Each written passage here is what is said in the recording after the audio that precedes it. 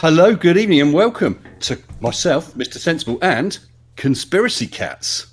How are we all doing? Mr. Sensible, how are you? And it's a pleasure to be on your channel. And it's a pleasure to be on your channel at the same time. Yeah, and if people don't know, this is a simulcast. So we're hoping for a lot of exchange between the two chats. And I've linked Mr. Sensible's channel in the description. And if you want to click on that and go over to his chat, you should be still watching the same show, and hopefully, we make it a little bit more engaging. Have I got that right? You have indeed, but there's a bit of a delay because I reckon my channel's running about 30 seconds slower than you. I guess because I've got less subscribers. And I think with our combined subscriber numbers, I think we have about 6 million watching. So no pressure. I reckon so. That's good stuff. Good stuff. We got some interesting stuff for them tonight, cats. You know what we have, and I'm really looking forward to this. Yes, I certainly am. So should we just begin with why we are here? Yeah, sure. Begin? So what are we showing them first? Well, I'm going to bring up comment one, and you're going to have to put up with this for a little bit because we're going to have to shout each other out when to bring comments up. But this is why I am here tonight with Mr. Sensible. Now, what I don't want this to look like is a personal attack on the person who's wrote this comment, because it really isn't. There's nothing personal about what I'm going to say against anybody tonight. But I clicked on a video it was a video I made about quantum eraser. And I saw this man, Flawed Observer, spamming my comment section with this typical flat earth comment, calling me a liar, telling me that I don't know what I'm talking about, I'm being deliberately deceitful, blah, blah, blah, blah, blah. And, to be honest, I kind of got a little bit tired of that. What do you think of that comment, Mr. Sensible? Lying teachers need to go away. That's not very nice, is it? What do you think gravity is again? Don't you know what gravity is, Kat? Surely you know. Well, you see, the thing that got me, obviously I invented it. The thing that got me about that comment is that when I actually spoke to this person, and I'm going to put comment 2 on. Okay, so I actually replied to this guy. Let me drag that to the top. I actually replied to this guy and I said to him, can you tell me what these lies are, these specific lies? And of course he couldn't, because when you get flat earthers that come in your chat and they call you a liar, they call you a shill, this, that and the other, when you ask them to articulate what it is they actually want to say, they can't articulate it. They've not got the ability to articulate it. And that made me think that, this guy is a victim. Right? I don't mean that in a nasty way, and I don't want anybody, going to his channel and spamming him or anything like that. He is a victim of the type of nonsense that Quantum Eraser and Nathan Oakley and the whole flat earth debate debacle come out with. In my discussions with him over and over, he would just come out with exactly the same sort of comments that Nathan Oakley would come out with, the same comments that Quantum Eraser would, and I actually, I felt sorry for him. So that is why I'm here at tonight's stream, so we can show people like Flawed Observer exactly what the heroes, the idols, the Quantum Erasers are all about. And I'm really happy you've come to help me do this, mate. Well, I came for the cheese. You have brought cheese, I hope. Oh God, nothing but. I'm just going to say hello to a couple of people in the chat, my chat. Let you do the same. Yeah. Team Skeptic, Cy Strickling, first two I've just seen. Cy Strickling, I was on her channel today, did an interview with her, really enjoyed that. Team Skeptic was brilliant.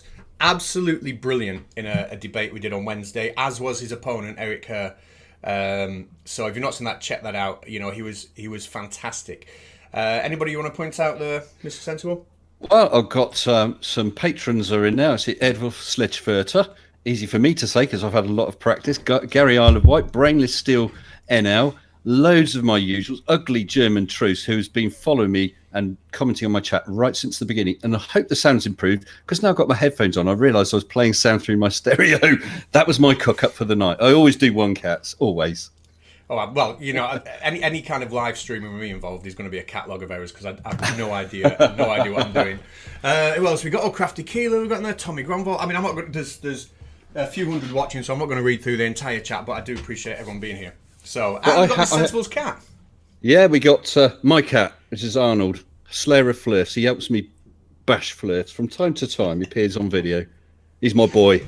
I do like cats, funnily enough. Now, you're frozen on your window, so I'll just Oh, he's back. You just froze on my end there a little bit. Right, so we'll get into the quantum razor stuff in a second. If anybody's not familiar with Mr. Sensible, go and have a look, check him out, subscribe to him. I'm a big fan of Mr. Sensible's. But if there is any one person on my channel that's not yet subscribed to Cats, why? Do it now, please. Well, here we go. So we saw the comment. The scene was set. I felt sorry for this guy and hundreds like him who comment on my channel every month. And I thought, what can I do to show them that Quantum Eraser is an idiot ding? Okay? Well, this all came about before I started being Conspiracy Cats. I was a teacher, and I had, I still am, but I had a teacher's YouTube channel. And on that teacher's YouTube channel, I made a video where I talked about the impossibility of gravity being substituted by density. It wasn't possible. And at that time, I got speaking to Sleeping Warrior because I wanted to do something with a flat earther to engage the kids I taught in the classroom, so I could show them a video and the kids could pull it apart and we could learn science in a novel sort of context. Sleeping Warrior, Quantum Eraser got hold of that video not so long ago, and he put it up as Conspiracy Cats toe tagged, which I thought was pretty dishonest because I was a teacher at the time and they knew I was doing this for kids and Conspiracy Cats didn't exist. So you've seen the video, Mr. Sensible, and that's one we're going to go through. What do you think? Sounds good to me. So which video? We're going for the main video, are we? Well, let's set the backdrop. The idea was this. I'm going to play the daughter clip. All right, so if you can get that lined up for a second. I've got a little clip here that I recorded with my daughter this afternoon, and when I went onto Quantum Eraser's channel, it was actually Nathan Oakley's channel, all I wanted to do was describe this very simple experiment here, which would show that gravity could not be explained by density. All right, so this afternoon, to show you how simple it is, I sat down with my daughter and we had this little discussion. Okay, I'm going to play this discussion in about 10 seconds. All right, all we've got are two ice cubes hanging off some Newton meters, and we've changed the mass of one ice cube, and we're going to talk about the variables. Okay? Okay. Are you ready, Mr. Sensible? I'm ready. Let's go for it. 3, 2, 1, go. Right, so before we start this, just could you tell me what is an independent variable? The thing that you've changed. All right, so in this experiment here, what am I changing from the left to the right? You're changing the mass. The mass of what? The ice cubes. Okay. What's my dependent variable? The reading on the Newton meter. Okay, so that's the reading on the Newton meter is going to depend on the mass of the cubes, yeah? Yeah. Okay. What am I doing to make it a fair test? What's the other variable? Control variables. So what is my control variable? What am I doing to keep it a fair test? You're keeping it the same object. Right. Would you say the density of the ice cubes has changed, or would you say the density is the same in both ice cubes? It's the same. Because it's the same material. So, to cut a long story short, my independent variable is the mass, my dependent variable is a reading on the Newton meter, and the density is controlled in both. Yes or no? Do you agree? Yeah. Can you see any problem with what I've said? No. Are you sure? Yeah. Would you believe it if I told you there's somebody out there that couldn't understand that? Yes. You would? You don't want to do this, do you? No. Goodbye. Oh, fabulous. Fabulous. Yeah, there we go. So, fairly simple to understand, would you say, Mr. Sensible? I'm well impressed with your daughter. Really am. Can I ask how old she is? She's year 7, so that makes her 12. And she wasn't impressed because she had no idea why we were doing this. We've been homeschooling, and I think she thought we were holding like a Saturday session, so she really wasn't impressed when I asked her to come and talk about variables. She wasn't. But just to boil it down, Quantum Eraser at the time had been talking with Sleeping Warrior and doing his shows about eggs floating up and down or whatever, and claiming that density was the explanation for gravity. That's what the claim was that they were making. So this little explanation here, all I wanted to do was go on Nathan's panel and say, look, if I change the mass of the ice cube, the density is the same. I've controlled the density. It's not changed, but the mass has, and therefore the spring inside this Newton meter is being pulled further down. There's a bigger force on that Newton meter, so therefore a bigger force is created by changing the mass, not the density. All right. Did you see my experiment the other way around when I had 2 bags on a balance with equal amounts of grated cheese, and then I crushed one bag, so it was one solid, dense mass, and lo and behold, they still balanced. It's amazing, isn't it? But the I thing know. is, like, I was. so go on. I was going to say, and yet Riley doesn't get it. Like, I mean, the sad thing is, me and you, are grown men in our, mid 20s, and we are sat here having to explain this to. We're having to explain this to what? To like a 50-year-old man, this simple, Slightly concept. overweight. Well, so am I, so I won't go there. But it's very, very odd. So I went on to Quantum Eraser's show with Nathan Oakley, and because I went on in the guise of a teacher, and I wasn't conspiracy cats, this was a long, long time ago, and I knew the kids would be watching this video, I was ultra polite, I was ultra nice, and I let them get away with a whole load of crap that I wouldn't let them get away with now. You did say Nathan Oakley's show. It was Nathan Oakley's show with Quantum Eraser on. Right. But Quantum Eraser's taken this and used it to toe tag me. Have you heard that Nathan Oakley's running around organising protest marches? Because apparently black swans matter. Love it. Love it. Oh, Anyway, I interrupted you, sir. That reminds me, just while we're doing this, we're going to have a little competition between my chat and Mr. Sensible's. I'm going to put the question out, why did the flat earth cross the road? And I'm going to pick out the funniest punchline from my chat. And you pick out the funniest from yours, and we'll see who wins. We can certainly do that, but I've got about a 20-second delay on my chat, which means you'll have to give your answers first.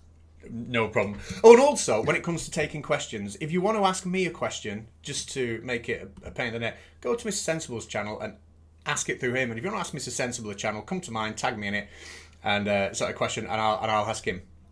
Right. So here's the video. I'm gonna put it on here. It's the main video, yeah. This is the main video. It's not quite playing yet. Anyone recognise? Do you recognise that? Oh, you can't see my screen. Anyone in the chat recognise that furry little fellow? It's Krafty Keelah's sheep. We got to name it. Can you remember what ours was named, Mr. Sensible? I believe yours might be named Space Comma. This is genuinely Space Comma the sheep, one of the debunked duo sheep, and yours was. I hate to tell you this, cats, but they're goats. I knew that. I've got sheep on the brain today. God, they're all the same. What, have you been talking to Creaky again? Cows, sheep, cats, all the same. Stuff it. Yeah, even Krafty Keelah's in the description. Krafty Keelah, I've linked her channel in the description. She's got a great channel, and the debunked duo goats, not sheep, they can be found there. So go and have a click. Have you got the video? I've got the video ready to roll. Yeah, but did Keelah tell you that she actually started her channel during one of my live streams? I persuaded her, and by the end of the live stream, I think she had her first 15 subscribers. Yeah, that's good going. Not bad at all, is it? No, I didn't know that story. That's excellent, excellent. So when she's a multimillionaire with millions of subscribers. Oh yeah, I've made sure she won't forget me. So. Right, so I'm going to start playing the video. We're only on till 9 o'clock. It's not going to be a long stream, and we're going to walk through the toe tag that I got from this guy. Oh, we're ready to go. Okay. Quantum Eraser. His favorite word is container. Quantum Eraser. Tell me when you're ready to go with the video. His favorite. Okay, so I'm going to press play. We've already chopped it up into little bits because we're having to stop and start it independently in our own thing. So I went on. Quantum Eraser was aware of this little idea that you have something of the same density but different masses, and they will produce a different effect, so therefore density is not responsible for the force pulling down the spring. So I went on there, and this is my experience of trying to explain it to him, and him, well, you'll hear. So we start by talking about the prediction. The prediction will be the bigger the mass, the bigger the force on the Newton meter, because the bigger the force on the spring inside. I'm going to press play. You ready, sir? 3. I am indeed. 3, 2, 1. Let's go. Let's get back to the prediction part. I want to make sure that we're on the same sheet of music with this prediction, because everyone uses this word. They equivocate fallacy out of their mind. A scientific prediction is a very specific thing. Are we in agreement? Sure. A scientific prediction is a hypothesis. So if you don't have a hypothesis with a viable independent and dependent variable, then you don't have a scientific prediction. But I would argue that, if, in the example of, force, I would argue that my independent variable would be the mass of the object I'm going to drop. My dependent variable would be the force that it hits the ground with, for example, or the force exerted on the Newton meter when I let go. That's a very clear independent dependent variable. No, it's not. Do we want to go through this? Okay. Where do we start with that? So let's just recap. So Mr. Sensible, I've got the picture up on my screen now of the ice cubes and the thing. Oh, right. Oh, well, that's in the video, isn't it? Yeah. This is where it's all going to get confusing for me. It's all right. So we're talking about the prediction. The bigger the mass of the ice cubes, right, the bigger the force measured on the Newton meter. So the independent variable is the mass. The dependent variable is the measurement on the Newton meter, how much that spring is stretched inside. What's difficult to understand about that? Not a lot, really. I mean, it's hard to dumb something like that down anymore, isn't it? Yeah. Now, the thing that I want to point out to our friend Flawed Observer at the beginning is that when you present something really simple like this to Quantum Eraser, the reason that they never seem to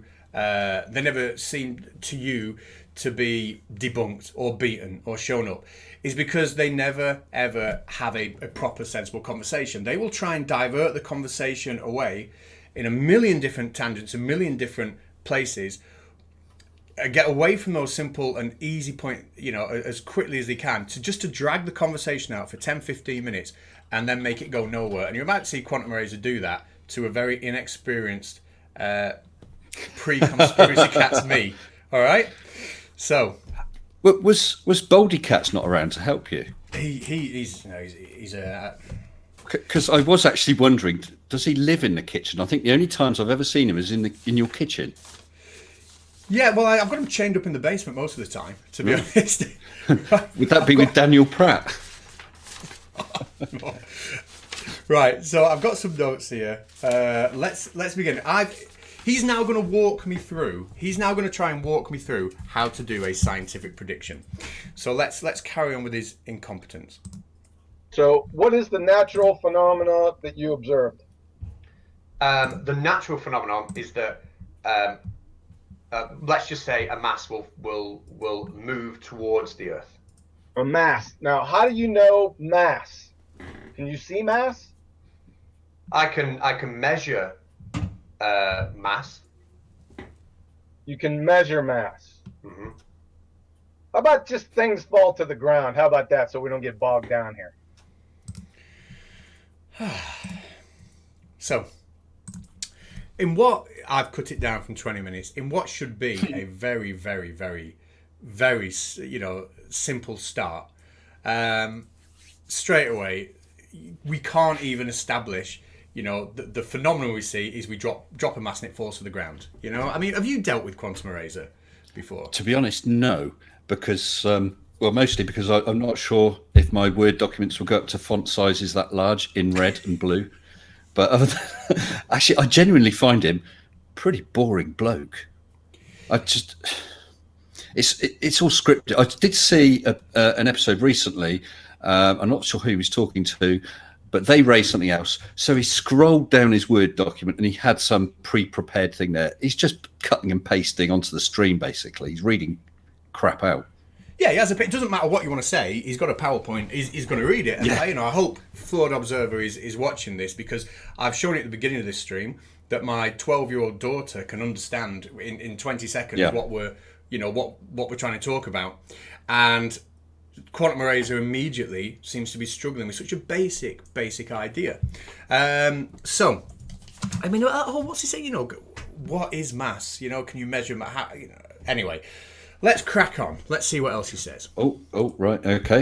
Sorry. Can I say Jake Street? Thank you very much for that. I really appreciate it. So let's mosey on to the next one.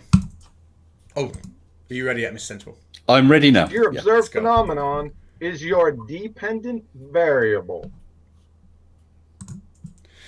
Right. So, our observed phenomenon. I've got his graphic up on my screen here. The observed phenomenon is our dependent variable. Would you necessarily agree with that in this instance, do you think? Sorry, say it again. Observed phenomenon is our dependent variable. Yeah. So in the context of the experiment we're talking about, would you agree that our observed phenomenon is the dependent variable? So the observed phenomenon is that things fall to the ground. So we said. And well, it depends exactly what you're looking for, what phenomenon because there's another observed phenomenon which will be a bang as it hits the ground. I mean, there's several. What phenomenon are we looking for? Exactly. Yeah. Exactly. You know, we've said, and so straight away, we've taken something very, very simple. We've identified the independent and dependent variables. We've identified the independent as being the mass of the ice cube, and the dependent being the measurement on the spring balance. And rather than move on with the conversation from there, rather than actually be honest and talk about how that might show that density isn't affecting the force, he wants to wind back to talk about nonsense, just nonsensical things. Yeah. You know. Anyway, let's crack on. Well, before we do, I've got I actually got a problem with my OBS, so I don't get the proper alerts about super chats, and I have had a couple of super chats. I'd just like to briefly read out. B-Ball for Life super chatted $2 US, saying because the ice wall was blocking the other side, and Elon Musk super chatted £4.99, says, has CC got a hat on because he's worried about his hair, that his hair doesn't look as good as yours? That's true. Yeah, I do. I must admit, I do like what you've done with your hair tonight. Oh, thank you. Well, you know, it surprisingly didn't take as long as you might think.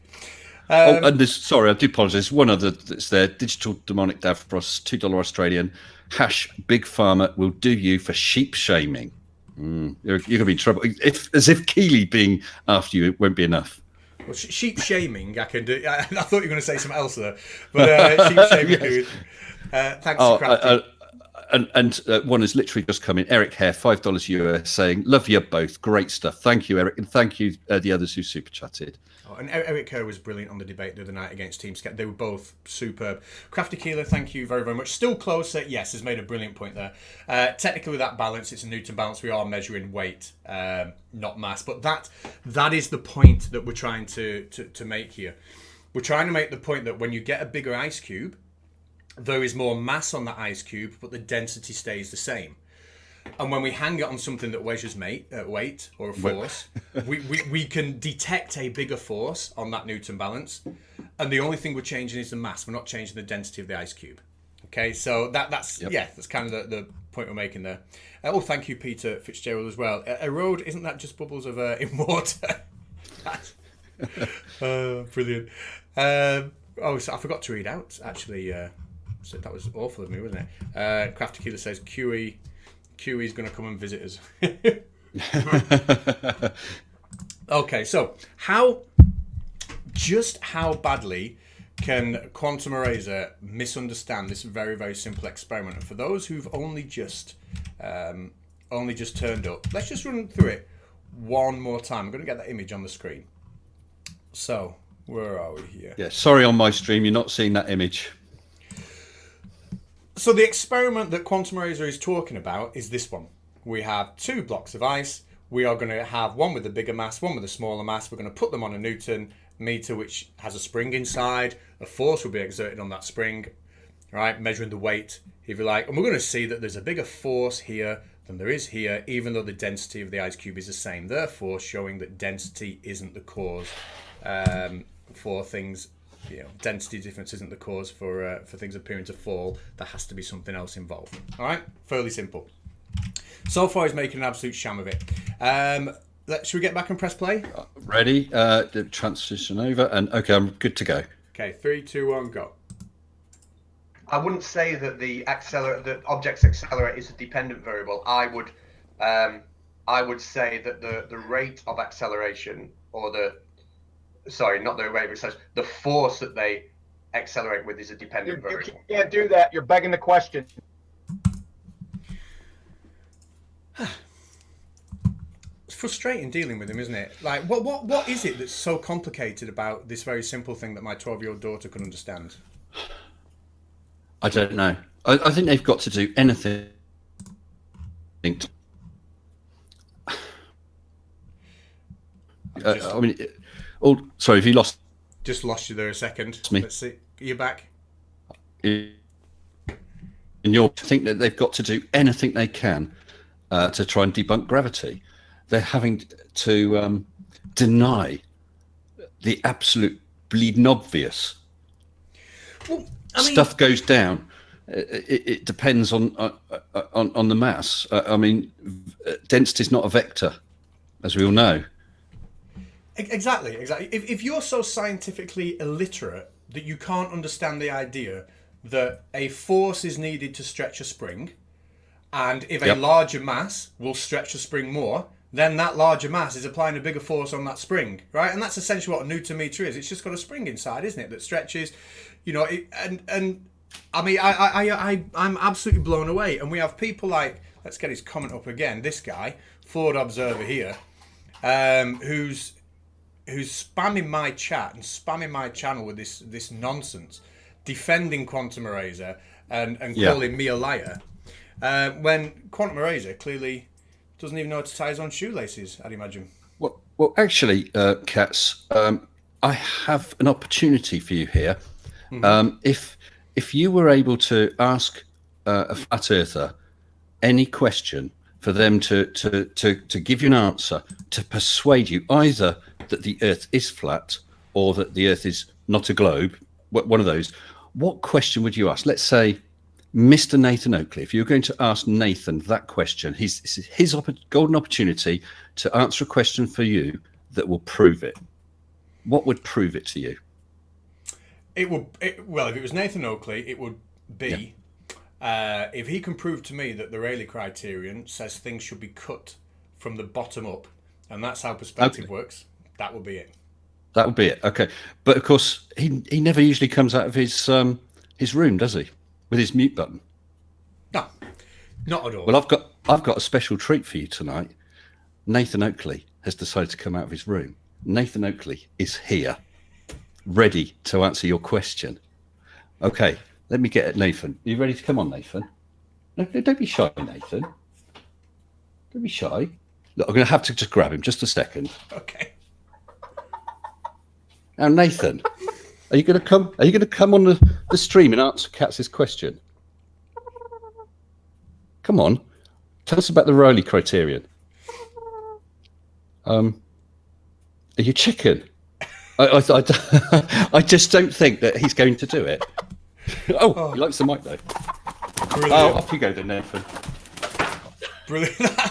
Oh, love it. I have a chicken on my desk. Sorry, moving on. Oh, bye, Nathan. Yeah, don't let the door hit your ass on the way out.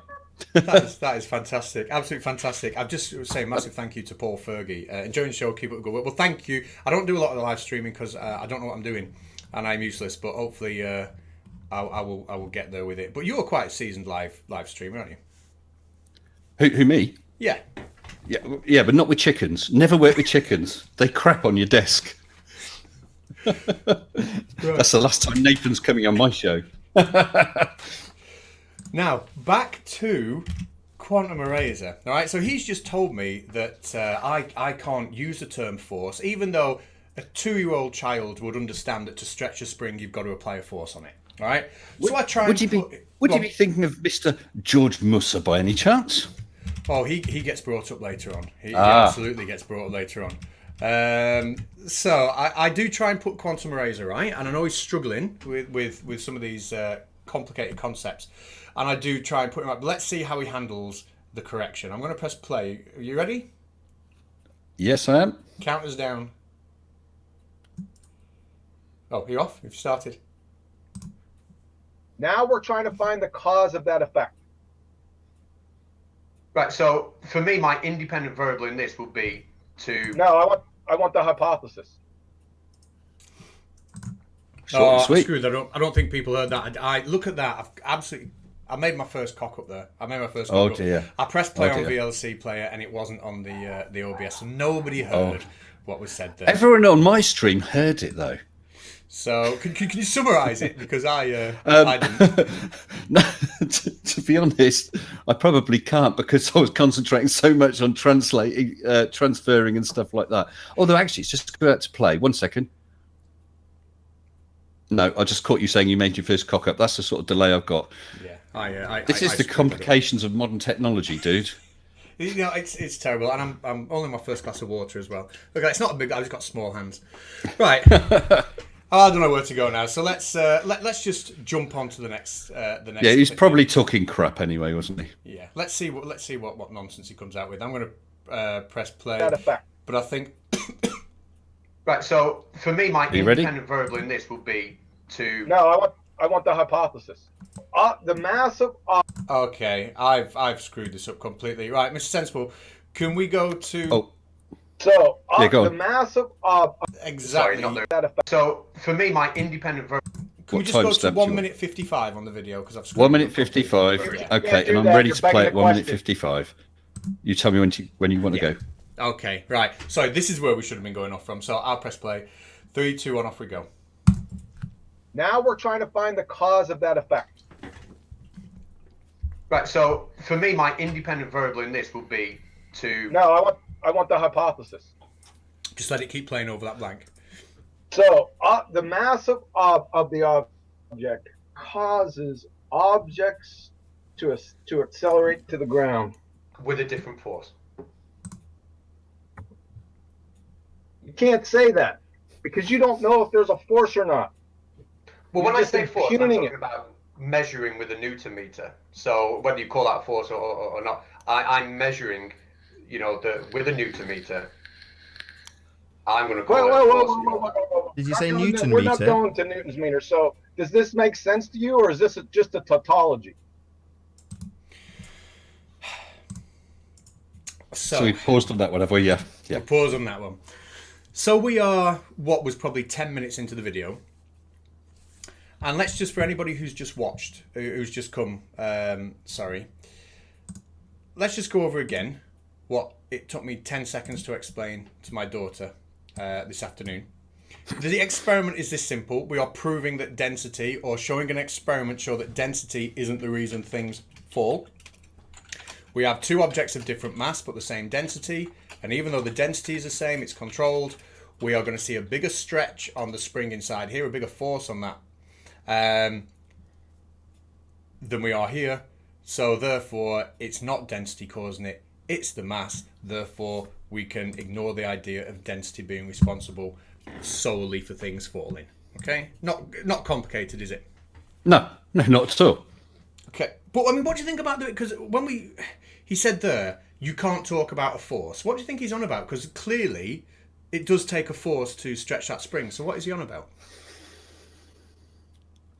It's interesting, isn't it? Because I mean, like they're always saying, gravity is not a force.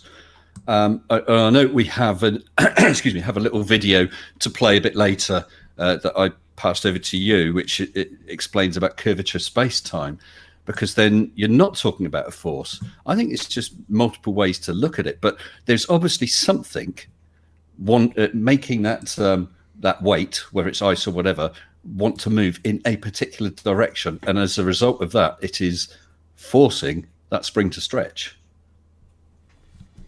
Sorry, I've just got a bit of an issue in my chat. Anon, I know you've contacted me before about your comments not showing up. We can see them, so I know you're putting it in. I know you're not deliberately spamming. I know that because you've been hidden quite a lot accidentally, but we can see what you're typing because I can see that you've typed that quite a few times. So just let you know you can be seen. Sorry, mate. Go on.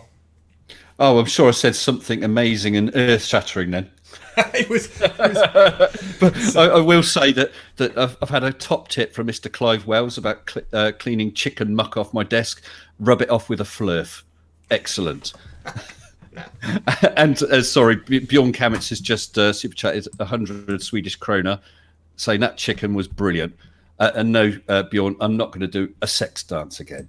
Right. No, right. What I was saying, Katz, is that I've sent you a video which I think we'll be looking at a bit later, which shows a neat way of looking at gravity with regards to curvature of space-time, and however you think of it, whether you think of it as a force or not, the effect is as a force. It is stretching that spring. Well, exactly. I mean, how are you going to stretch a spring unless you apply a force to it? You know, but Yeah. this is a kind of dishonesty. Actually, I've just seen a comment. Apparently, when I wave my mouse over the screen like that, people can see it on the live stream. I didn't realise, and I've for some reason been hovering over your face, so you knows it. So I do apologise. This is the dishonesty, and I'm talking to you, flawed observer. Right? You are the person I am talking to, and I said to you in the culmination of that comment section that we had that you are a victim. You are a victim of people like Quantum Rays who don't know what they're talking about, right? But yet you listen to their sound bites, you listen to the way they twist conversations and try and make things out to be more complicated than they are, or just avoid them altogether. And you, flawed observer, have bought that hook, line, and sinker. This isn't a go at you, but snap out of it. We've got a guy here who is denying the fact that to stretch a spring, you've got to apply a force to it. This is the guy you're listening to. Yeah? Snap out of it. Sorry, that was my little rant there. No, go ahead. I'm all ears listening to that. Yeah, flawed observer. No, actually, but Take that. honestly, if you see that guy knocking around, this isn't meant to be a go at him, and I don't want anything like personal with that. I hope he watches it and realizes that he's backed the wrong horse. Anyway, should we watch now? Should we watch the next bit? Yeah, let me just get it switched on, and I am ready to go. Okay, I'll count us down in a minute. I did have lots of cards ready with things to say, but I'm out of order now. Don't worry. A little bit. Right, so 3, 2, 1, go. Things do have weight. Weight is also directional. You know, we see that all the time. Weight acts downwards. If I sit on an elephant, the elephant's fine. If an elephant sits on me, right, I'm going to get squashed. Or if I'm sat on the elephant, sorry, I'm fine. It's not squashing me from below, but it will squash me. Yeah, but you're talking about weight here. Weight and mass are different. We're into your hypothesis here. Now, it's going to become a little catchphrase here. What did he say that was right at the end of that, do you think? Well, I must admit, you weren't very specific, Katz. You didn't say whether it's an African or an Indian elephant. It's just a big one. Just a big elephant. Okay. Big fat elephant. Big fat elephant. But weight and mass are different. So in his opinion, why are they different? Why are weight and mass different? I don't quite understand it. And he's not articulate. He won't articulate what it is that is the difference between them, even when presented with the simple argument that there is something directional acting upon that matter. Oh, thank you, team. Team still can't whistle. Why did he tried on my 5K special. He didn't succeed there either. Never mind. Love you, team. Somebody's created a channel name just called Team Still Can't Whistle, just to troll him. Why did the Flurf cross the road? Cross the road. That's a reification fallacy which presupposes the road exists. Absolutely. Oh, so I haven't looked. If anyone wants to tag me, because it's quite hard. I've got so many. I don't know about you, Katz. I've got so many windows open. I hope I don't miss it. It's hard enough just to make sure I see the super chats. I don't know if anyone provided an answer to why did the Flurf cross the road. I've got to admit, I'm learning that I need a second monitor very quickly for this. But I don't live stream a lot, so I'll be ready next time. But I mean, look, at this point, we're like 10, 12 minutes into the video. And again, for those, I'm not going to play the clip with my daughter again, but it took me about a minute this morning to tell my daughter what this experiment was about. And in real time, we're about 12 minutes into this conversation with Quantum Eraser, and we've got nowhere. And this is the tactics I didn't realise they used at the time. I didn't realise I wasn't conspiracy cats. These were just guys who were being nice to me, who I thought, I'll have a chat with them and educate them. I'll be patient with them. I didn't realise that this was their tactic. Let's find a topic to talk about, do anything but talk about that topic, and then claim victory. Well, Krafty Keelah said, why did the flirt cross the road? To run away from a different perspective. Gary Isle of Wight said, because he didn't wait for the lights to go red, thus proving density. He thinks it proves FE, says Brainless Steel. And, I like this one. Call of the Void says, because there's a 15 degree per hour drift. Nice. What have we got here? Professor Phil Bell. Oops, what have I done there? Lost my chat. Let's get back. Quantum rays is just repeating mass and weight, but doesn't understand what it means. Yeah, and I mean, Professor Phil Bell is an incredibly intelligent individual. But understanding the difference between mass and weight is something that you would learn, at primary school. It's, my daughter's in year 7, which is, for those in America, the first year of secondary school. It's not a complicated matter. Why should it be so difficult? I really don't know. I guess it's a denial thing. It's as I tried to say earlier on and didn't really explain very well. They're having to deny all these obvious things because it all links back to things that disprove the Earth being flat. I mean, if gravity is a thing, a disk couldn't exist. It would collapse into a sphere. Well, that's if all the anti-flat Earth argument, anti-globe arguments, all boil down pretty much to we don't believe in gravity. You know what I mean? Yeah. Team Skeptics got one. Why did the chicken cross the road? Oh, to boldly go where no flirt has ever gone before, to college. I like that. I like it. Snark says, why did the flirt cross the road? To get to the other egg. And the flirt didn't cross the road because he couldn't tell left from right, up from down, says Mr. Jones 72. And Uberkosh says because his dick was stuck in a black swan. Uberkosh, you can't say things like that.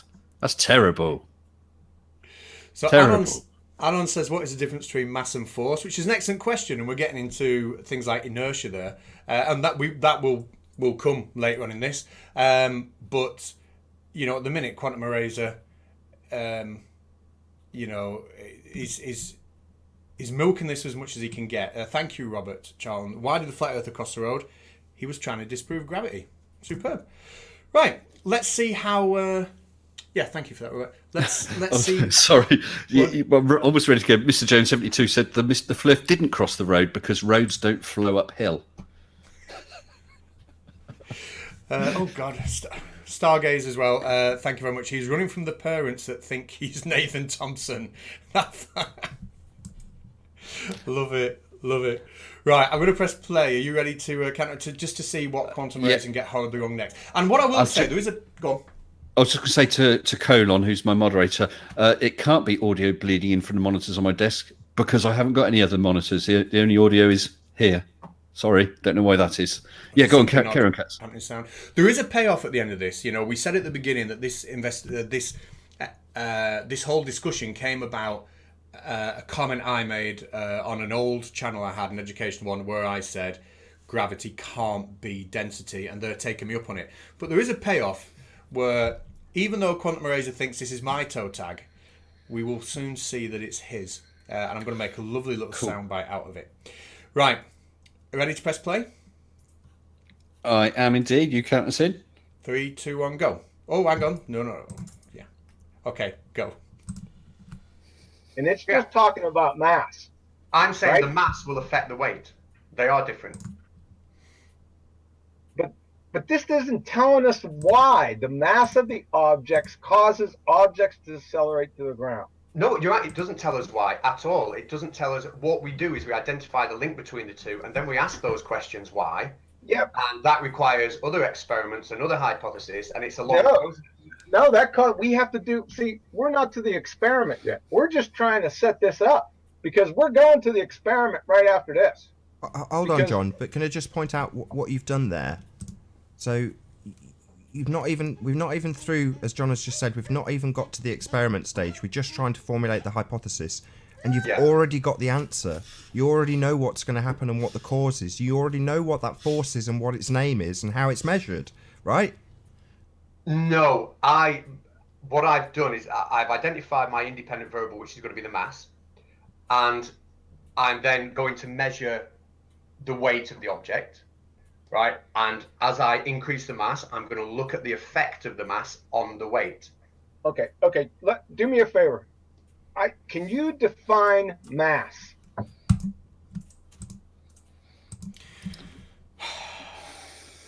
Well, I don't know about mass, but he's doing a pretty good job of demonstrating density. Absolutely. I mean, what is difficult to understand about that? Oh, can I read that name? Thank you, Girthy Earth. The flat earth across the road to reach the elementary school to distribute pamphlets. But like, what annoys me about this? We are talking about planning an investigation. You get your independent, and then you do it, and then you look at to see if there's a link between those variables, and then you ask the questions from there. Okay, what are the mechanics behind that link? I don't know about you, but it seems to me that Quantum Eraser is trying to jump right to the whole explain gravity to me, and then we can do the experiment. I'm still getting your voice, but your video just broke up for a while. Oh, you're back again, thank goodness. Ooh. Sorry. Yeah, it seems to me that like what they're trying to do is say, if you can't explain to me how gravity works, then there's no point in doing any experiment like this. I don't know. Is that what you seem to think they're getting at? But I mean, you don't know. Just because I don't know how a V8 engine works doesn't mean that I can't discover that a V8, a car with a V8 engine will go forward when I press that pedal. Then you might say, well, okay, why does it go forward when I press that pedal? What is happening? There's always another question. Well, I've got a V8 engine. I press the pedal. It's not doing anything. Why? Because there's no fuel. Do you know what I mean? There's always something else. Where does the fuel come from? It's just layer after. That's science, isn't it? That you answer a question just so you can get the next question. Exactly, and the flat earthers don't understand that. Professor Phil Bell has made a good comment there. Just before I go back to that, the beauty of this is we can predict the distance a spring will stretch if we know the spring constant. So he's talking about Hooke's law there, and actually I mentioned that later on in this video, and I mentioned that in one of my Conspiracy Cats videos early on. But we can, but when I get onto that prediction later on, you'll see it becomes a farce. But that whole asking the question why is so important, and this is where this stupid salt and egg experiment lets them down. You put salt into water and the egg will rise. Okay, why does the egg rise? And Sleeping Warrior or Nathan Oak, they'll say, well, because the water is more dense. Brilliant, and that's it. Okay. Yep. But why does the water being more dense make it rise? Absolutely. But oh no, we don't ask any more questions. We don't ask any more questions because that and it's massively dishonest. So I think that's them all over though, and so idiotic as well. I mean, Riley was using a TDS meter, a total dissolved solids meter, just claiming it measured density. He said it's a number. He read off the number. I don't know, 113. He says, but I don't know what that means. It could be. Well, you don't know how to use the instrument. Then you've got the wrong instrument. Yeah. And I'm just, for those, watching, I'm just going to bring this guy back up again, Flawed Observer. Again, this is all for you, my friend. Dishonest line teachers need to go away. So he's a Quantum Eraser fanboy who's been spamming my channel for those who've been, have only just joined. And sorry, was this your comment one or comment This is two? comment one again, yeah. Okay, I'll just pop it up for my guys. Okay, there we go.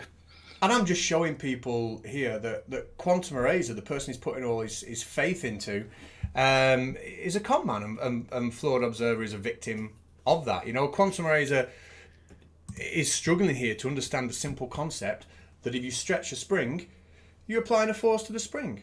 And if he's going to be your hero, Flawed Observer, if he's going to make you think that all teachers are liars, and we need to, go to prison, then just take a long, hard look at yourself, buddy. Thank you very much, Generally Shady. The Flurf crossed the road to move the goalposts. Anyway, sorry. Actually, I do like that. That is Mr. Jones is on a roll. He says that why did Flurf cross the road? Because a black swan chased him. Like it? Oh, God. I don't know how we're going to pick a winner on this. Oh, talking of Black Swan, before we get back to this, are you familiar with the whole Nathan Oakley, what is diffraction question farce? Where Nathan Oakley couldn't describe what diffraction was. I'm not sure if I saw that or not. I ended up with a live stream on Sleeping Warriors channel with him, and he was telling people that the angular limit of resolution, the diffraction limit he called it, was the reason things disappear from the bottom up. So I asked him to explain what diffraction was, and he couldn't do it. Was this the 10-second thing? I'll give you 10 seconds. Yeah, Yes, go Google I it. did. Yeah. Your pal, thank you very much. The Flurf didn't cross the road; it was CGI. Yeah, thank you. So, and I so Cypher Zero, thank you for super chat. Australian dollar, $5 Australian dollars. Buoyancy don't work without gravity. QE and Jokely are mongs. just say it as it is. Yeah, don't beat about the bush, Cypher Zero. Tell us what you really think. So Nathan Oakley, obviously, he's got a lot of stick for that. You know, he's got an awful lot of stick. So would you, if you were Nathan Oakley, let it die down, right? Would you learn what diffraction was and then make a video showing people you knew what diffraction was? Or would you release a video and call it "What is diffraction?" and then still not be able to explain in that video what diffraction is? What do you think he's done? I'm going to go for number 3. Yeah, and you can take it down, but I've already got my copy. So, right, that'll be coming to a Conspiracy Cats channel near you soon. No, I had someone commented on one of my videos recently. Oh, we never see Globers defending the globe using propagation of radio waves. Why don't you do that? And so I said, because I don't know anything about that. So any information I gave would be worthless. If I decided to do something about that, and I think I'd need to do a lot of learning, but if I did, I would learn about it first. I wouldn't just spout out a load of rubbish that I have no knowledge of. You just make yourself look like an idiot. Exactly. You know, there's loads of things that everybody doesn't know about. There's loads of things we forget at school. There's loads of things that it's not embarrassing to say I don't know about this. I don't know about that. No, not at all. I freely admitted it there. I said I don't know anything about that.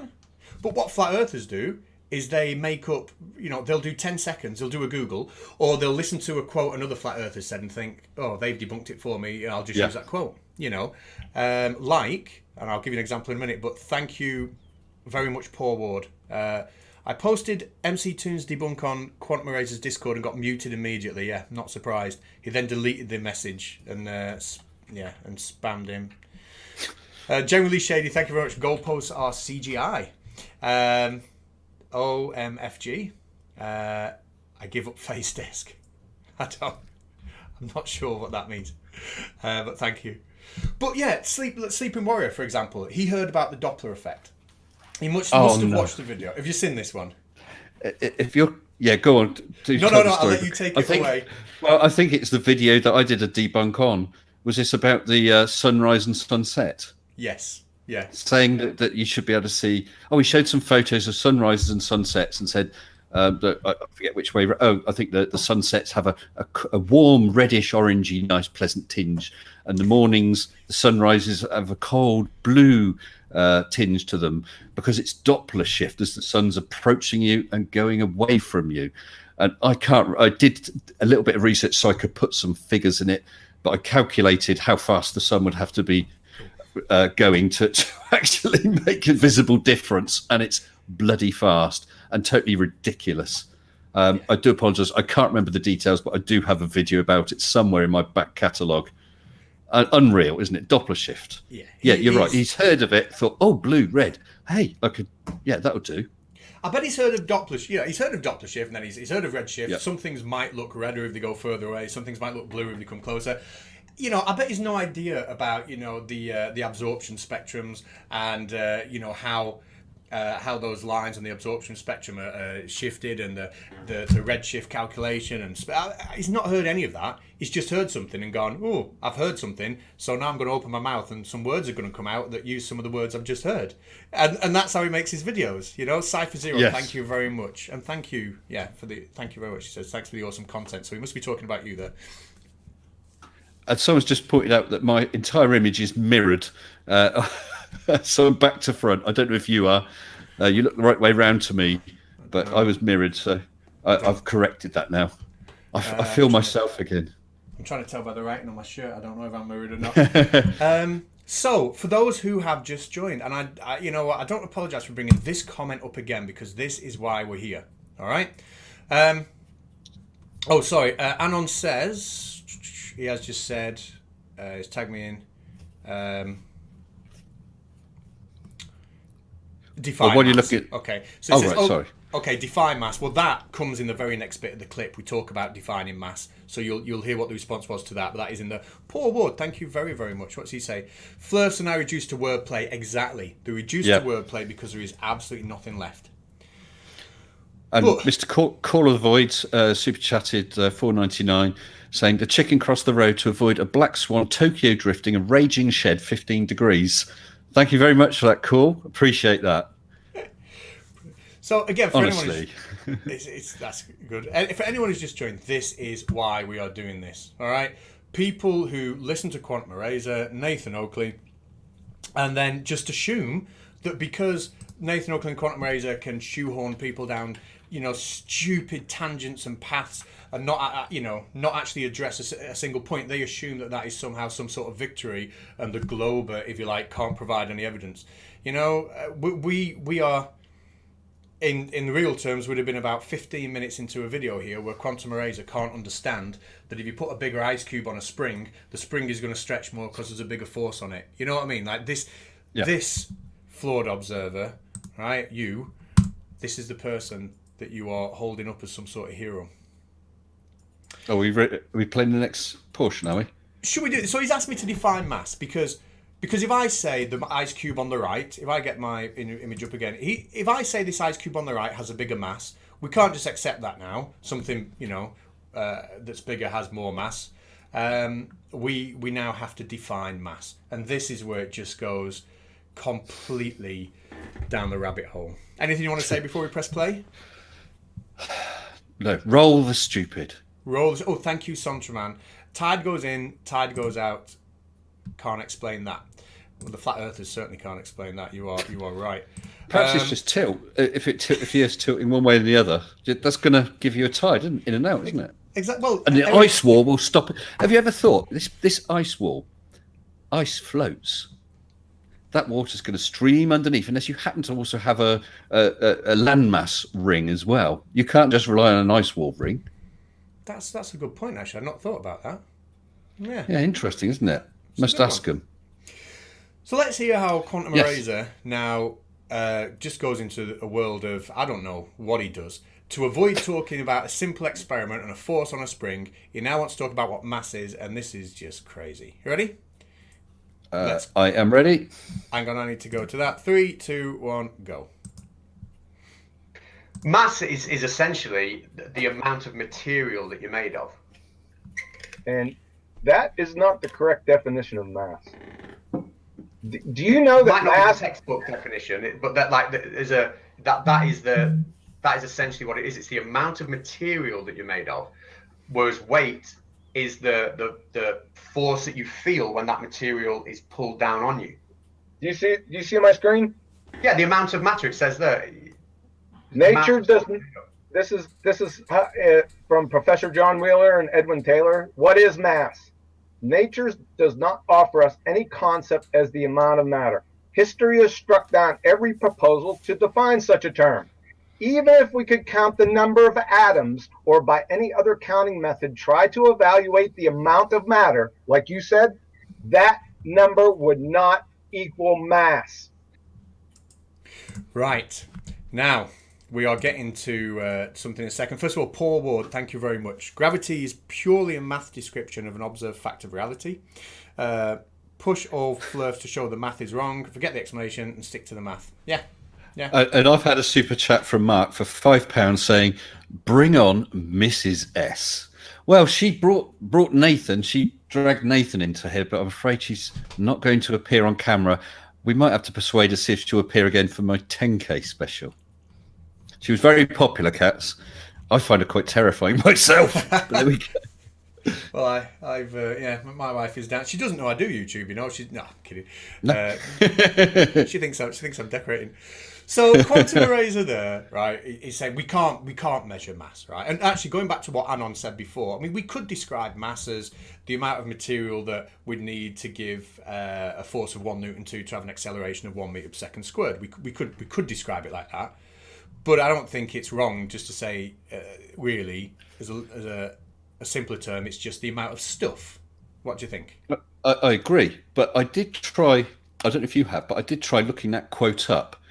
The only locations I could, well, I found one location where it said I could download the document, but it wanted me to give permissions to share all my contacts and addresses and whatnot. I thought, no, thank you. And all the others seem to be flat Earth type things. So I suspect that it's something that's been very much taken out of out of context, a quote mine. Yeah, well, and that is what he does.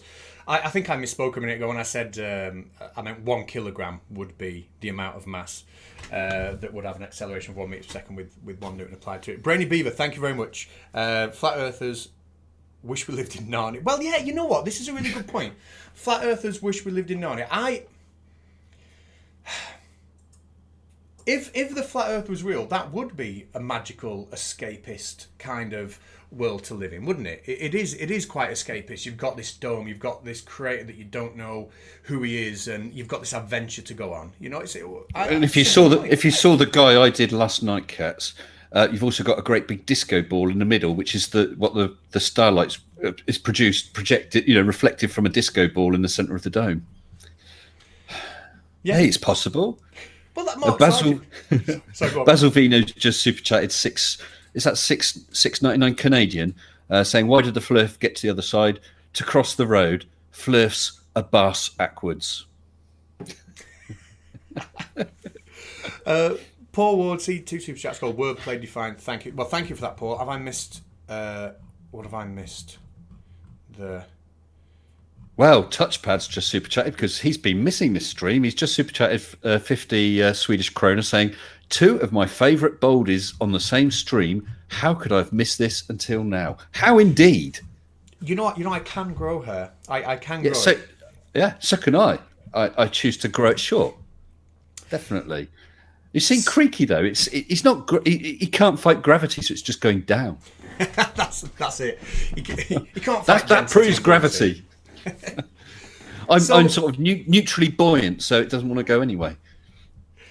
So again, we started. I'm just bringing the picture of this on the screen because I know people hop in and out of chats all the time.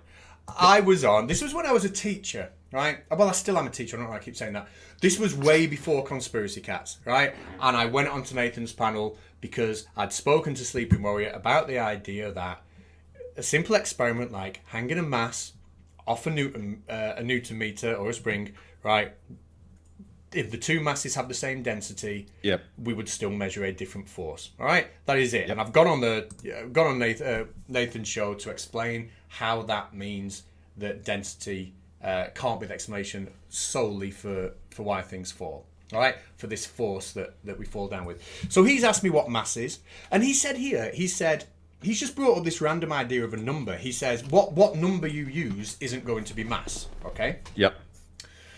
Which is why I brought up the 1 Newton, 1 kilogram having a force of 1 Newton to give it an acceleration of 1 meter squared. You could measure it that way.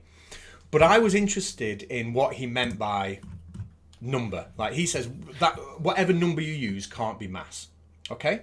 Professor Phil Bell is I would expect no less from him. He's incredibly intelligent, but he's talking about Avogadro's number, calculate the mass of a proton and neutron, blah, blah, and we kind of go to that in a second. Yeah. Thank you, Chuck Monk. So, Chipmunk. Hey, monkey. He's brilliant. I've done a collab with him actually. Hopefully that will come out. I think he's waiting for a few people to get back, but hopefully when that comes out, people get to see that because I really enjoyed making that video. Chipmunk was one of the first people I met in this community. Really encouraged and helped me out. So, big respect, mate. Big respect. He is a good one. He really is. Very rude, but very good. yeah.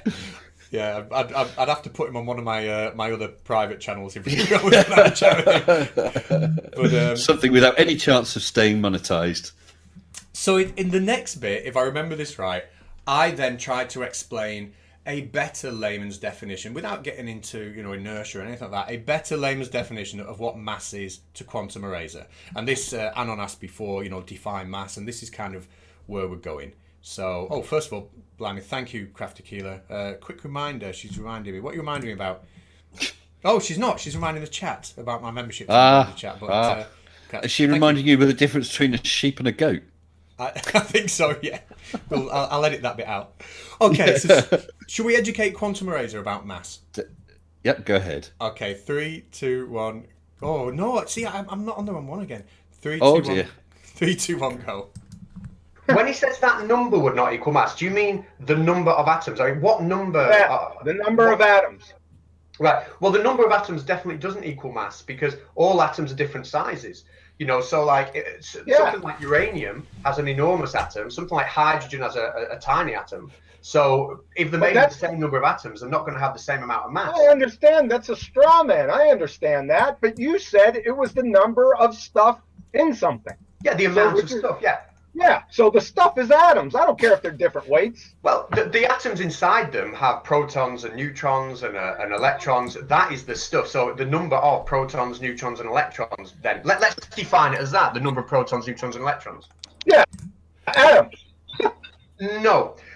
That's like saying the number of bricks is the same as the number of houses, and that's not true. You can't say that I've got 3 houses, you know, therefore they have the same amount of bricks as the 3 houses I've got over here. We wouldn't say that, and it's the same thing here. Define mass, please.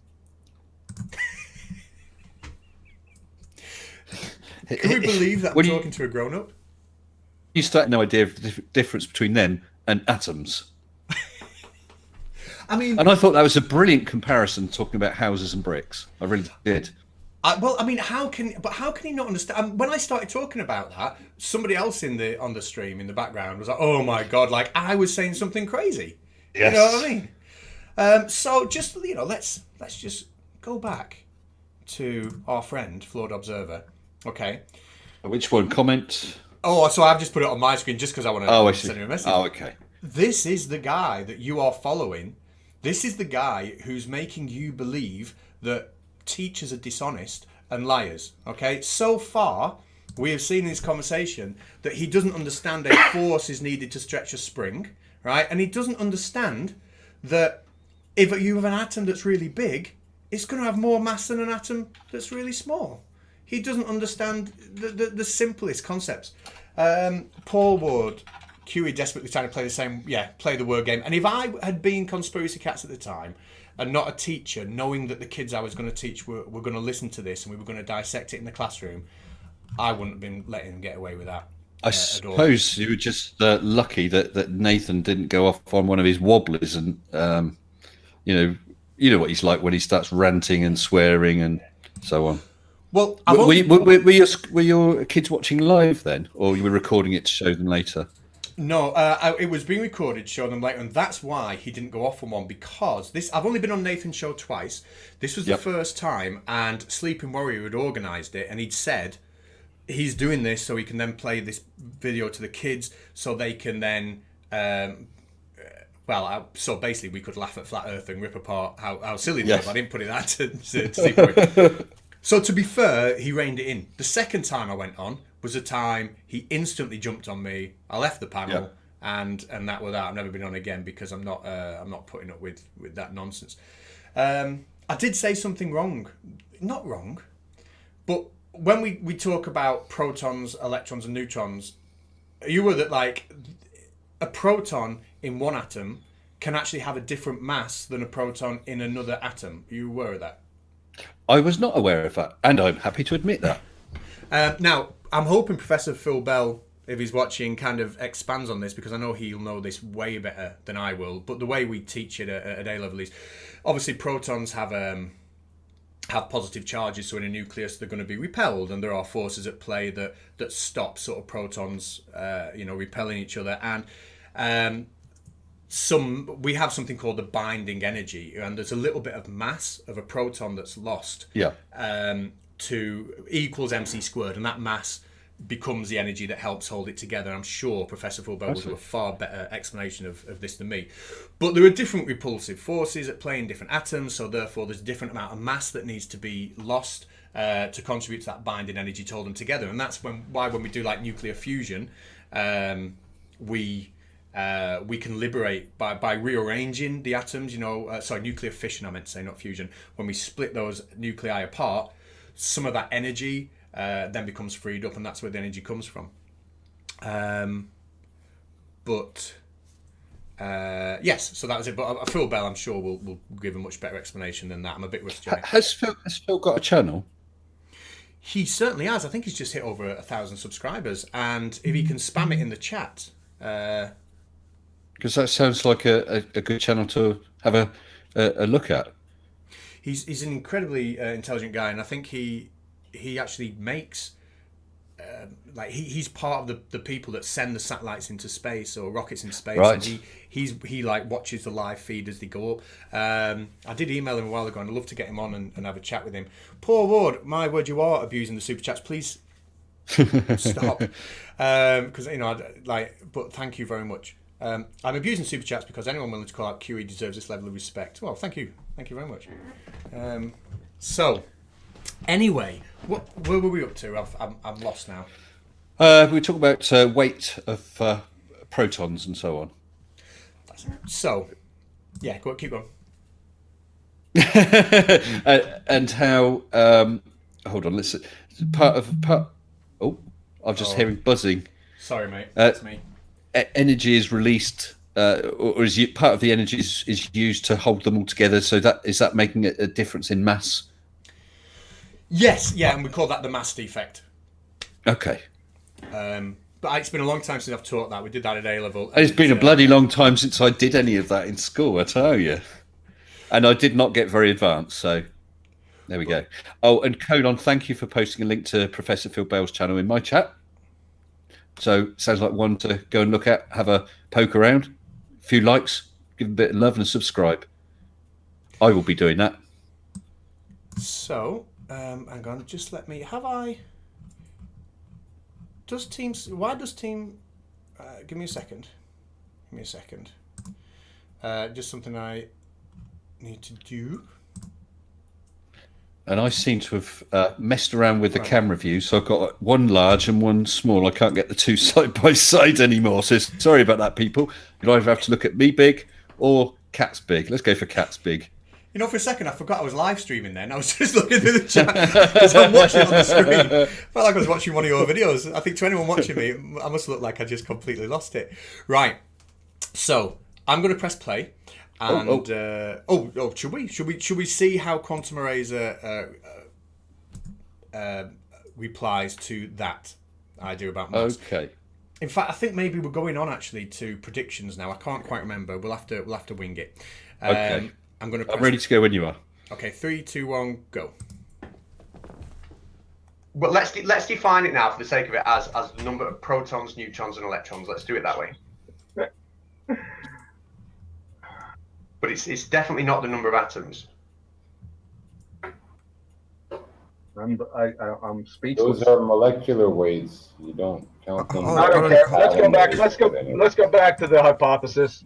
All right, because it really doesn't matter. You haven't answered anything here. This doesn't. It's nothing. Right. When you say that, like, I can take an object that has more stuff in it. However you define mass, I can take an object that has more stuff in it. I can place it on a weighing scale, and the force that it presses down is obviously going to be bigger. You know, the amount of stuff does affect the weight of an object. Okay, you're still calling it a force. I'm going to tell you right now, right, that gravity, the one that the scientific community follows, is not a force. Hello. Right? Let me just say this from George Musser in Scientific American.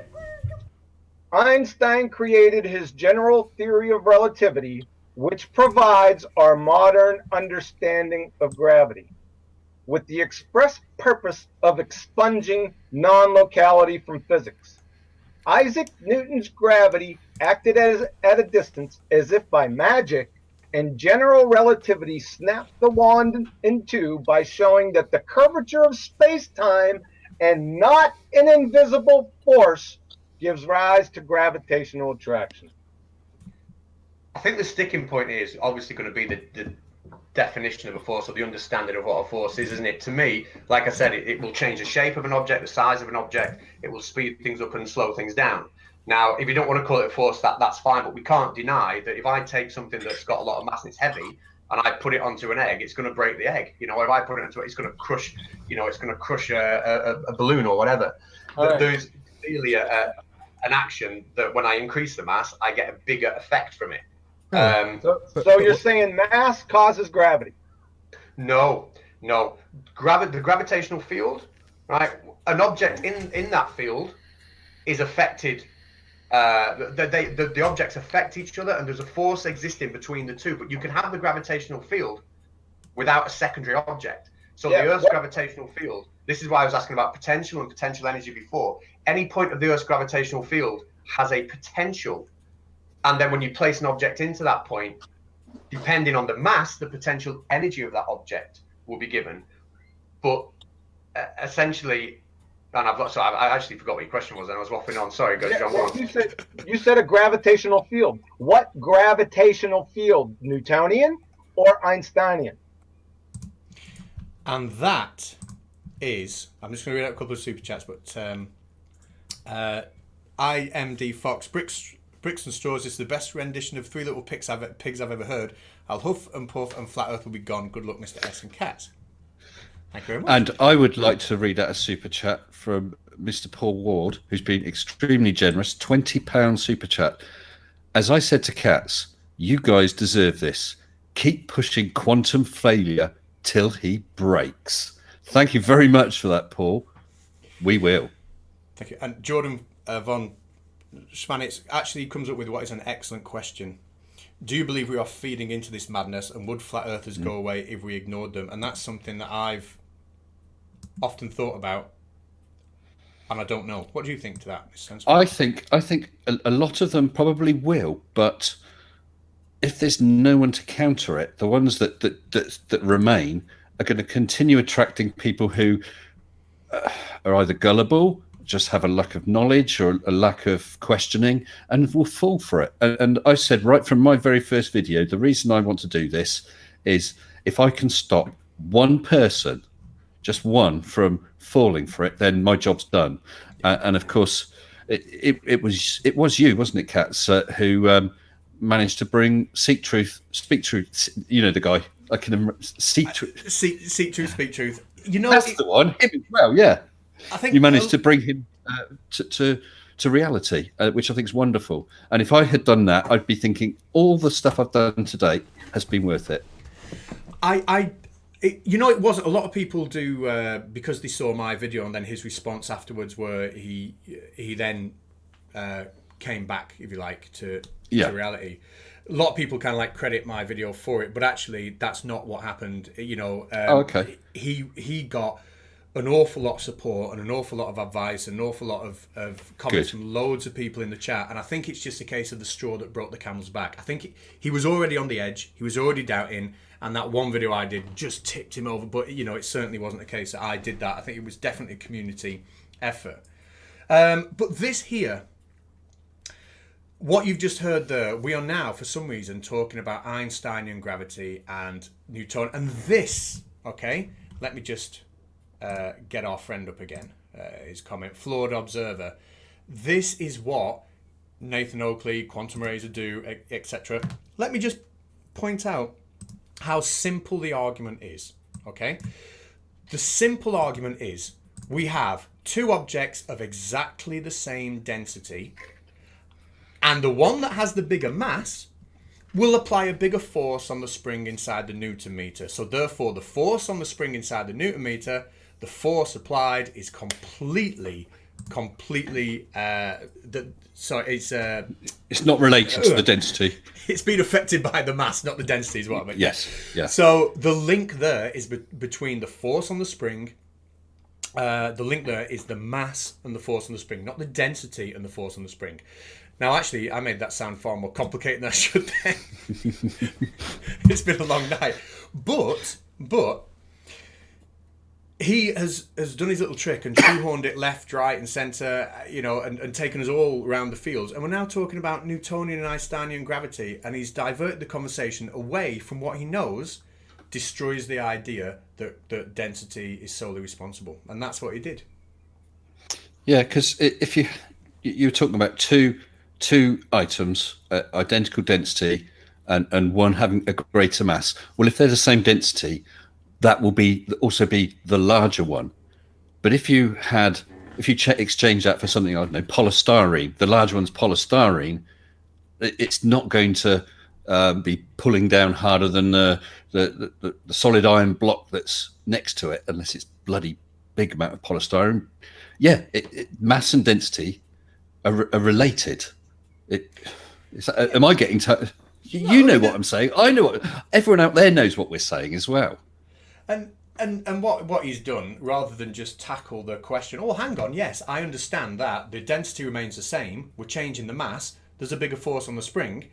Obviously, because flat Earth is nonsense, obviously the flat earthers hosting these shows can't take that logical approach, because flat Earth would be done in one debate, wouldn't it? You know, and he's navigated through his own ignorance and, you know, stupidity and my naivety, thinking that they were genuine people at the time. Because this is over 2 years ago, right? Before I started Conspiracy Cats.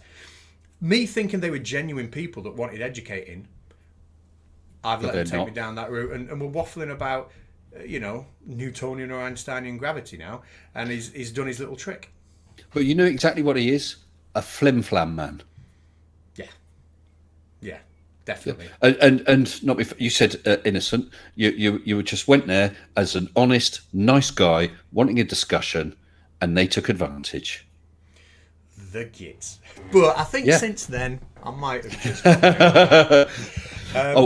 Crest Punch has just super chatted $2 again. CA, presumably is that Canadian dollars? CA dollar, I presume so. Hello, Mr. Sensible, Mr. Cats. Well, hello, Christ. Hello, Punchy, isn't it? Not Christy. Punchy, beg your pardon. Good evening to you. I do like Christ Puncher. I think I've chatted to him on Hangouts once or twice, and he's a good guy. Now, I can't remember exactly what happens next in this video, but I think I bring up the what Professor Fulbell brought up before, that we can make a prediction. We can make a solid prediction that if we increase the mass but not the density, we will be able to predict the extension on the spring. All right, so this is real world. Right, can you just tell me what timestamp you're at? Because I'm not sure if I've knocked 9 minutes 37. 37. Yeah. Okay, I'm ready to go when... Well, let me know when you're ready. Okay, well, should we say 3, 2, 1 and press play? 3, 2, 1, go.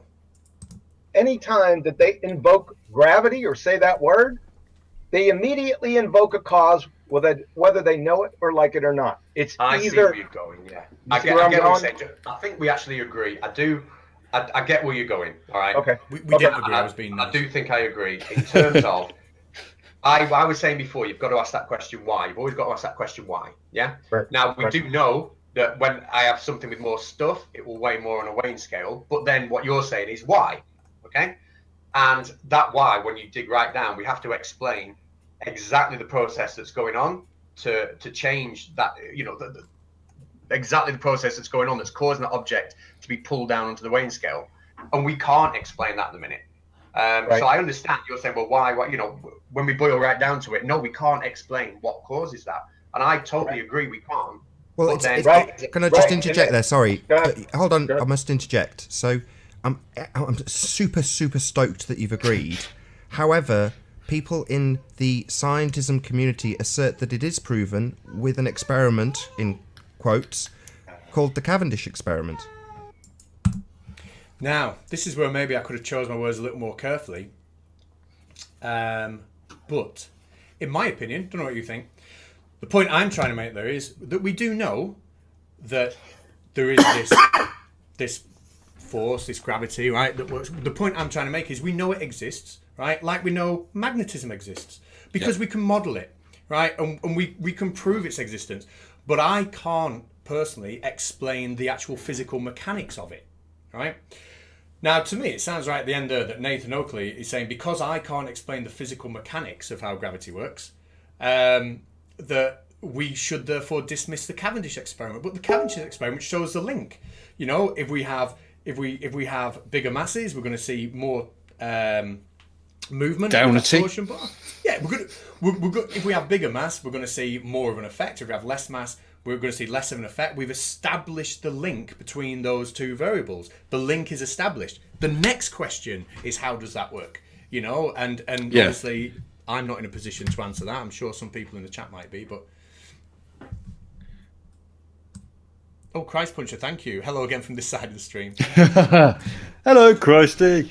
But I mean, what do you think? What do you think of that? Because it seems to me that what Nathan and Quantum Eraser are saying there is, you can't establish a link between two things with an experiment unless you can explain the mechanics of that link before you do the experiment.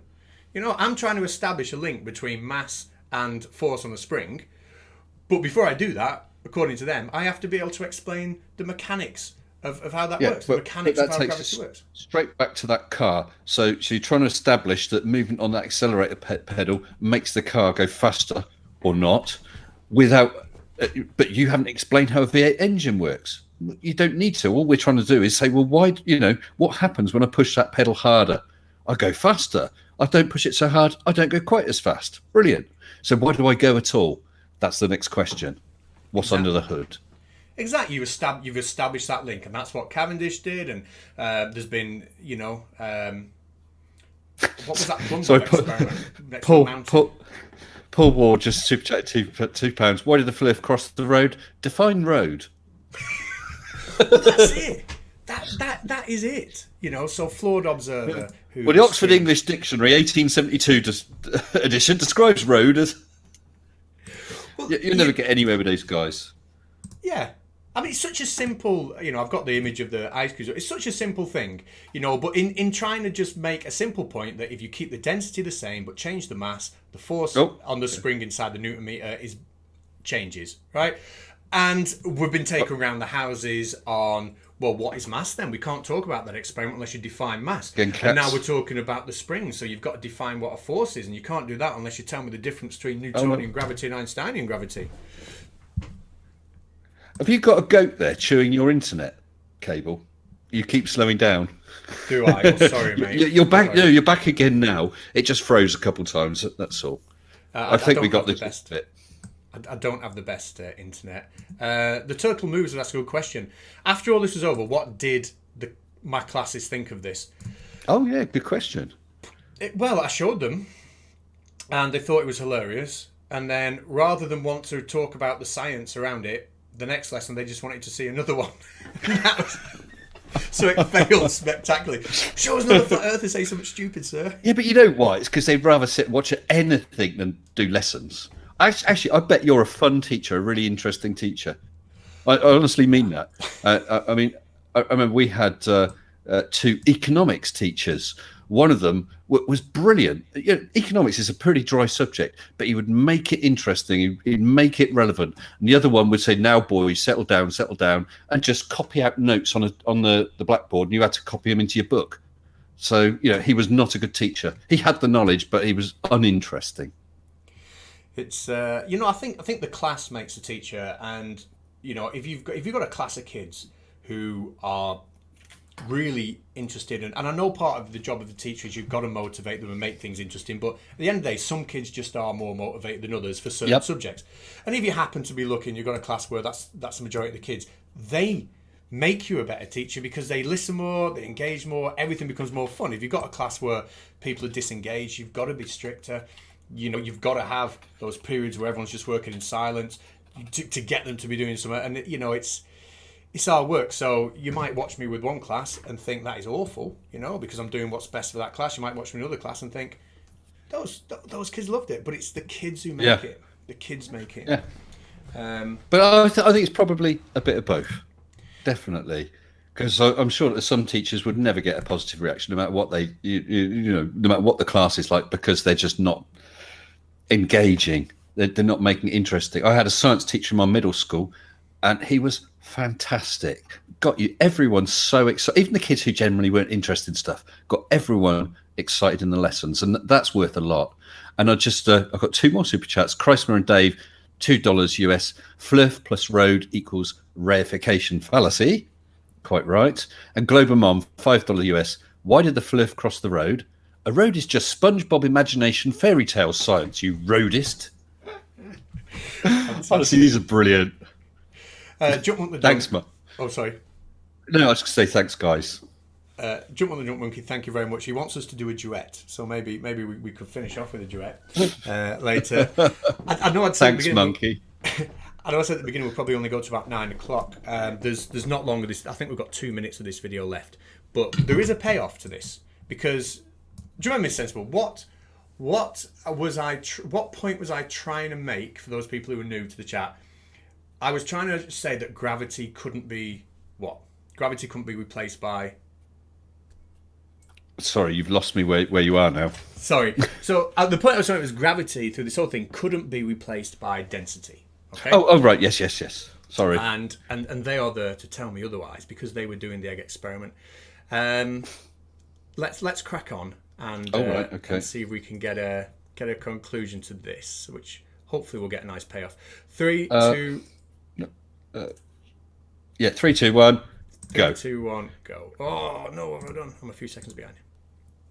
So the Cavendish experiment, to me, right, would let that calculate the gravitational constant, but that didn't explain why the two balls moved. It didn't explain the mechanics of how gravity worked. What it did is it gave us something to allow us to constantly make accurate real world predictions and applications that will work time and time and time again. But Those nobody's aren't predictions. They're not predictions. They're not scientific predictions. Well, when I said what I mean is I like the predictions I make in the lab. If I decide to change the mass of an object I'm going to drop from the ceiling, I know exactly the speed it's going to be traveling at when it hits at the floor, and I use gravitational constant for that. Right. So the number that came out of it does have a use in the real world. But no, I would never sit here and claim that anybody knows exactly what that mechanism is, exactly what that process is. But what I can say is that it is definitely distinguishable from density, and it's not density. Well, Katz, I just want to read out a comment. It's not a super chat. I just want to scroll back. Christopher Bell, and he's absolutely right, and I thought you should hear this. Good teachers are worth their mass, weight, and density in gold. And I think that's spot on. Yeah. I want to thank you as a teacher for doing what you do. Well, I'm not doing it for long. This is my last year, and I'm ending it in lockdown. Ooh. I may have done my last lesson. Oh wow! I always said when I was in my 40s I was going to leave teaching. It's a young man's job now. And okay. Yeah, I got the. Yeah, sorry, I might as well. Yeah, so I decided I've just got a super chat. Bjorn Kamitz, what? I don't know what SEK is. Swedish krona. You got to do a sex dance now. Well, if you've never done one, Team's done one, I've done one, and Fight's done one. He's got to do a sex dance, hasn't he? I want a thumbs up for everyone in Katz's channel if you want to see him do a sex dance. I will do one, but I haven't got any pants on, so I'm going to have to do it like this. Okay? It will be wrong. Bjorn, thank you very much. That's fantastic. Thank you. I'm curious about your input. Isn't terminal velocity killing the density buoyancy argument to gravity? Absolutely. My thinking the relationship, the net force. The relationship creating the net force can't also be the one negating it. Yet terminal velocity is a killer. You know why? If density is the reason, when I let go of a ball here, it's not only moving into a more dense medium, it's starting to accelerate through it. You know, until we hit that terminal velocity. How can density describe that? Yeah, and why doesn't it move upwards where it's less dense? Exactly. Sonchaman says, why did the flat earther cross the road? Gravity, you bleeped hard. Gravity. Actually, I haven't used him as a clip for a little while. It's brilliant, isn't it? I like that. It's not one I've used, but I've seen it a lot. Okay, so we're almost at the end. We're almost at the payoff. We're at the point now where Quantum Eraser has tried to... Let's get this up. He's tried to ignore... What was that? What have I done there? Oh, no. Is this another error? Are you ready to go? In real term, and this is on his channel, you can go on. I've not cherry picked any of this. We're about 25 minutes into the video at this point. We've made the point that the ice cubes both have the same density. The only difference is the mass. The density is controlled, and the effect of that is that this spring here will have more force applied upon it. due to this having a bigger mass, therefore showing a link between mass and the force on a spring, not density and the force on a spring. And he's managed to take us around the houses on quite a ride, doesn't he, to avoid talking about that. Oh, we ready to play? Are we? Yeah, we can do. I don't know. I can't see your screen, so I don't know what you're doing. Oh, sorry. Right, go on.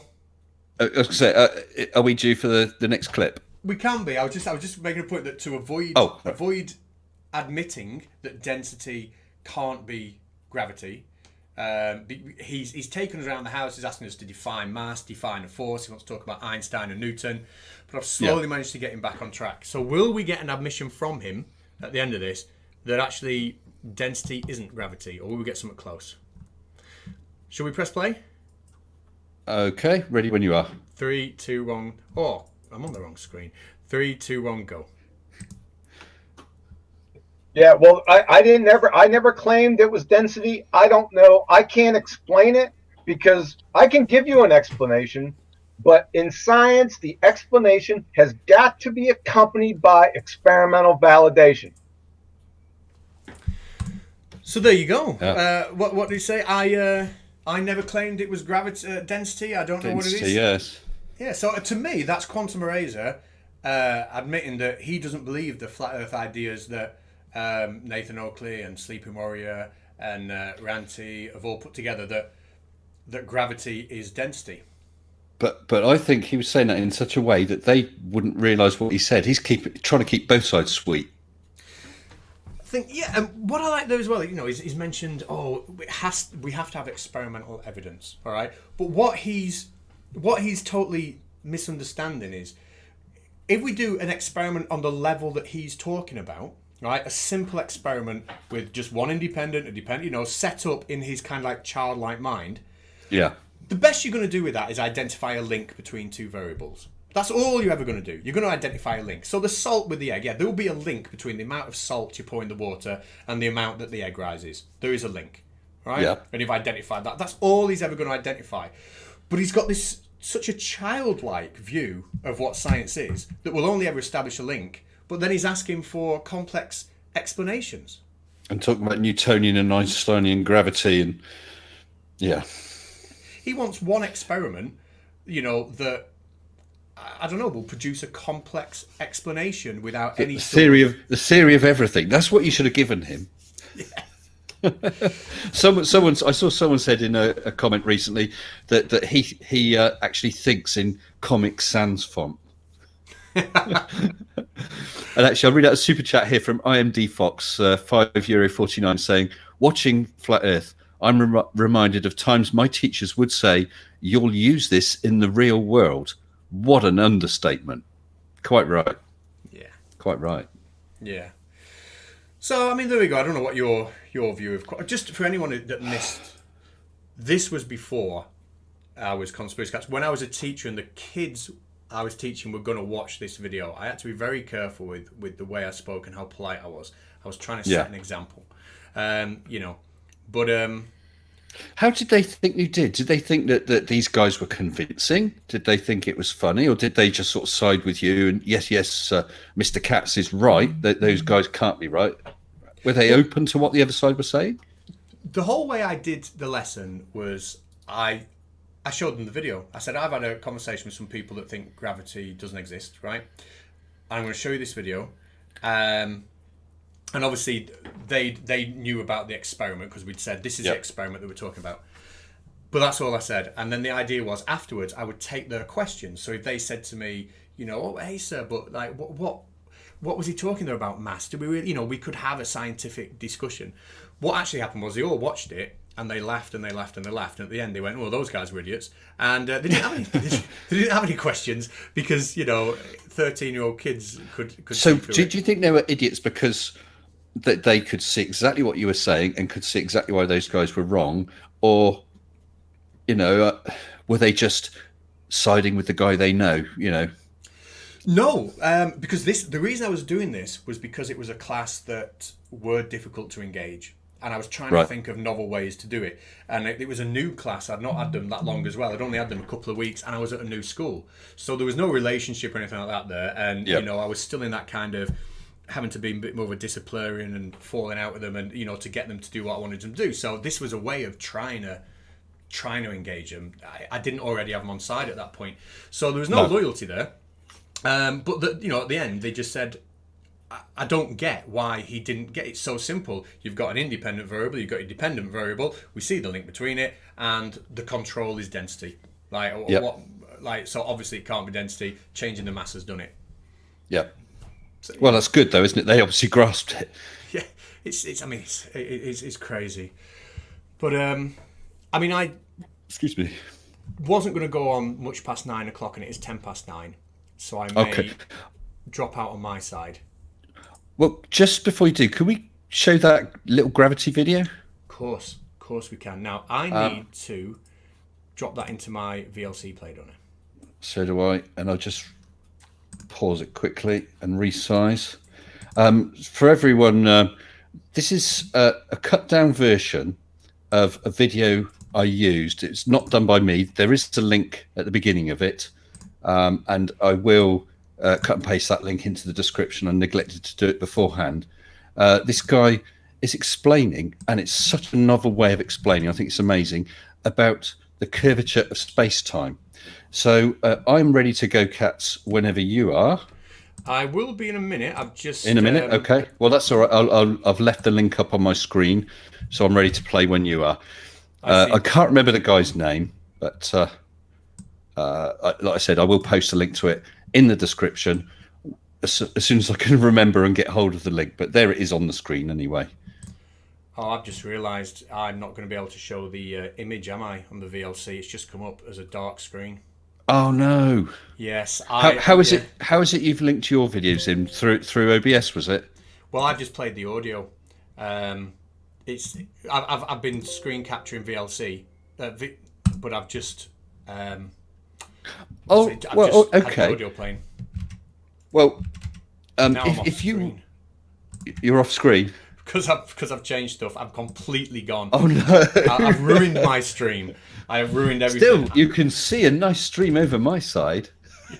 Yeah, I'm going to say, I am going to drop out at this point, and I'm going to thank everybody for being here. I really, really appreciate it. I don't do a lot of live streams, so the fact that when I have done one, we've had over 500 people watching for most of it. It's brilliant, isn't it? Yeah, I'm just made up. That kind of support for someone who doesn't do live streams. I'm useless at this kind of stuff. So I just appreciate you being here. But Mr. Sensible's link is in the description to watch the video and carry on. Go over to his channel. I would like to say what an enjoyable time I've had, Cats. I'm really having it. It's been brilliant. I really, really love doing this with you, and I would love to do something else again sometime. And certainly with regard to that OBS thing we were talking about, I'll be in touch and we can sort that. So anyone who wants to hop over to my channel, I'll carry on for a little while. I will play that video. I'll give it a couple minutes time to give people a chance to get over. And then I'll open up my Discord and get a couple of people in if they want to have a chat for a while. We can talk about this evening. Brilliant. Thanks ever so much, Cats. No, thank you. Oh, Paul Ward with the super chat saying bye. Thank you very much.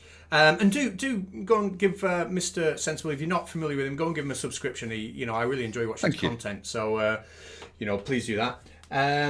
And yeah, that's it. All I'm going to say before I go is just one more time to our friend, Flawed Observer, right? That you have seen the incompetence of the people that you are allowing to manipulate your mind and make you a victim, right? You've seen something at the beginning of this video that a 12-year-old girl could understand in a minute. And it's taken Quantum Eraser 25 minutes still not to understand it, and then agree with me that density probably isn't the cause for why things fall solely anyway. So there we go, Flawed Observer. Thank you for your comments on my channel. Right. And I'd just like to say, just before you go, so it's caught on your stream as well, Touchpad super chatted 20 Swedish krona saying, I think Quantum Eraser thinks in windings. I must admit, I don't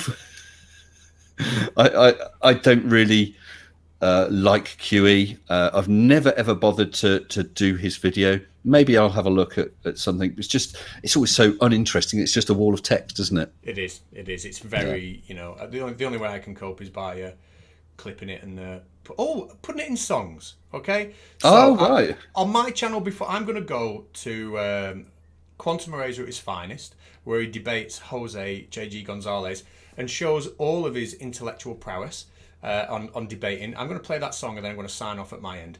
So okay, obviously we won't be able to pick that up, I don't think, will we, at my end? So this is probably where we go our separate ways, but thanks for doing this and thanks everybody for watching. Thank you. Really enjoyed it. See you later, mate.